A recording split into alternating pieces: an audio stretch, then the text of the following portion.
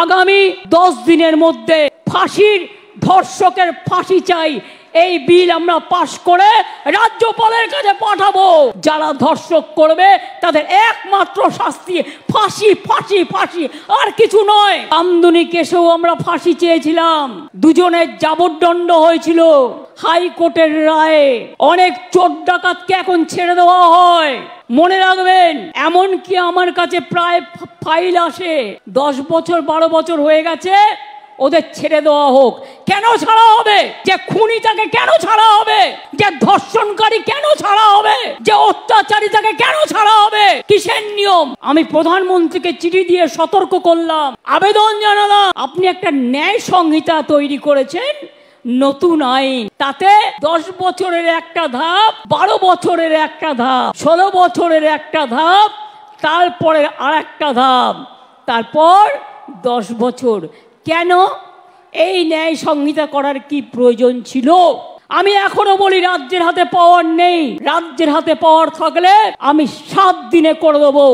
যারা ধর্ষক করবে তাদের একমাত্র শাস্তি ফাঁসি ফাঁসি ফাঁসি, আর কিছু নয়। এই একটা কাজ করলে মনে রাখবেন, সব ঠান্ডা হয়ে যাবে। যারা দুর্বৃত্ত তারা ঠান্ডা হয়ে যাবে।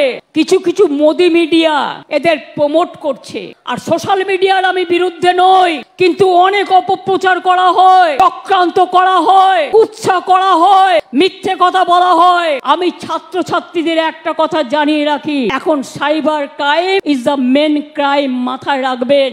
আর্টিফিশিয়াল এজেন্সি এআই এর নামে কি করেছে জানেন? নামটা হচ্ছে এআই। ধরুন আমি না, আমার গলা না, কিন্তু আমাকে দাঁড় করাবে, আমার গলা দেবে, দিয়ে কিছু বক্তব্য রাখবে। ধরুন আপনারা কেউ না, তিরঙ্কুরের গলা দেবে, তিরঙ্কুরের গলা দিয়ে বক্তব্য রাখবে, কিন্তু আপনি যখন বের করবেন আসল সত্যটা, যেটা এআই করেছে, আর্টিফিশিয়াল ইন্টেলিজেন্স, তখন দেখবেন 2 দিন পার হয়ে গেছে, অলরেডি আগুন লেগে গেছে। এই সব করছি আজকে। মনে রাখবেন, আমরা এমন কোনো কথা বলি না, এমন কোনো কাজ করি না যা মানুষের পক্ষে নয়। আমরা সেই কাজই করি যেটা মানুষের পক্ষে। আমি আপনাদের কাছে বলে যাচ্ছি, আমি নেক্সট উইকে অ্যাসেম্বলি কল করব বিধানসভা স্পিকারকে বলে, এবং আমরা ওয়েস্ট বেঙ্গল অ্যাসেম্বলি থেকে আগামী 10 দিনের মধ্যে ফাঁসির ধর্ষকের ফাঁসি চাই এই বিল আমরা পাশ করে রাজ্যপালের কাছে পাঠাবো।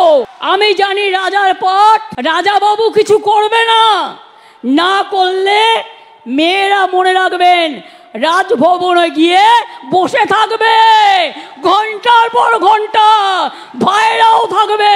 এ বিল সই করতে হবে, রাজ্যপালের কাছে, রাষ্ট্রপতির কাছে পাঠিয়ে দিয়ে দায়িত্ব সারলে হবে না। আপনি আবার বড় বড় কথা বলেন কি? আপনার রাজভবনের কর্মী, একজন মহিলা কর্মী, তাকে আপনি নির্যাতন করেন, সে মেয়েটা বিচার পায়নি, ট্রমাটাইজ হয়ে গিয়েছিল, তাকে আমি অন্য জায়গায় চাকরি দিয়েছি, তাকে আমি সরিয়ে নিয়েছি, থাকবার জায়গা করে দিয়েছি। এই কথাগুলো বলতে পারেন না? লজ্জা নেই?